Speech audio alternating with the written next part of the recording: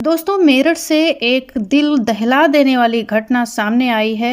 यहाँ एक पत्नी ने अपने प्रेमी के साथ मिलकर अपने पति की न सिर्फ हत्या की, बल्कि हत्या के बाद उसके शव के 15 टुकड़े करके उसे ठिकाने लगाने की भी कोशिश की।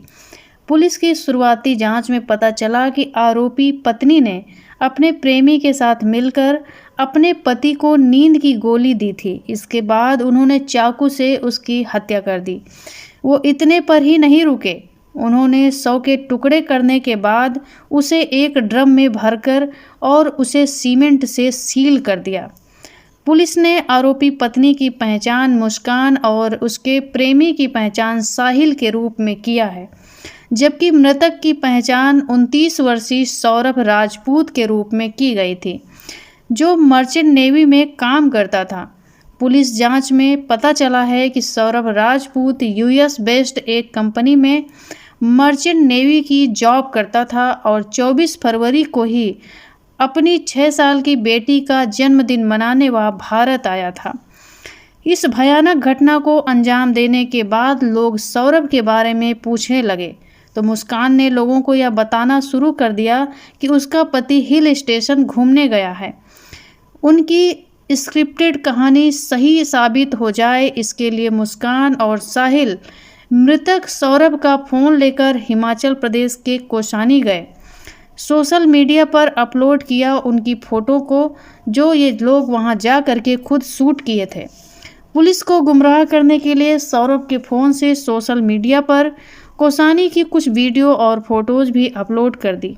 सौरभ के परिजनों ने शक होने पर उन्होंने पुलिस में शिकायत की। पुलिस ने जब मुस्कान और साहिल को हिरासत में लेकर सख्ती से पूछताछ किया तो दोनों अपना जुर्म कबूल कर लिए। उन्होंने बताया कि ड्रम में सील सौरभ का शव घर में रखा हुआ है।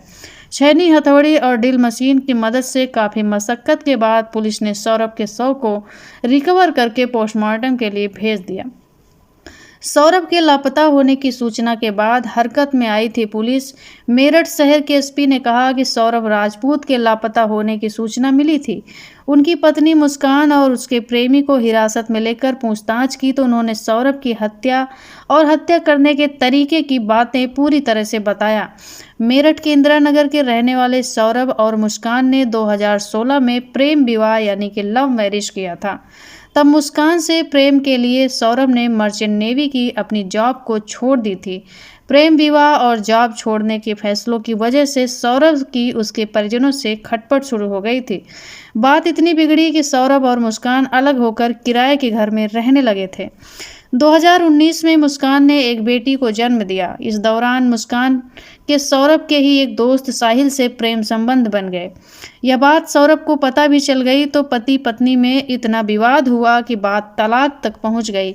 लेकिन तब सौरभ ने बेटी के भविष्य को ध्यान में रखते हुए हालात से समझौता कर लिया और दोबारा जॉब करने के लिए 2023 में वह विदेश चला गया। 28 फरवरी को सौरभ की 6 साल की बेटी का जन्मदिन था, जिसमें शामिल होने के लिए सौरभ 24 फरवरी को भारत आया हुआ था।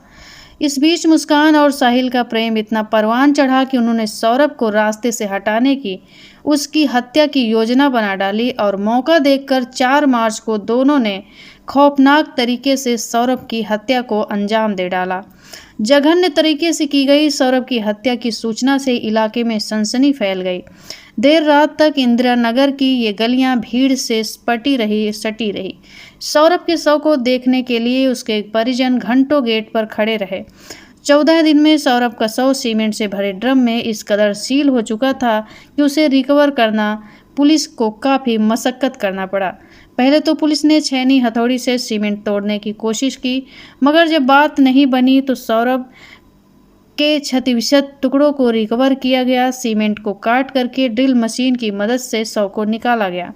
सौरभ के परिजनों की तहरीर पर पुलिस ने हत्या का मुकदमा दर्ज कर लिया।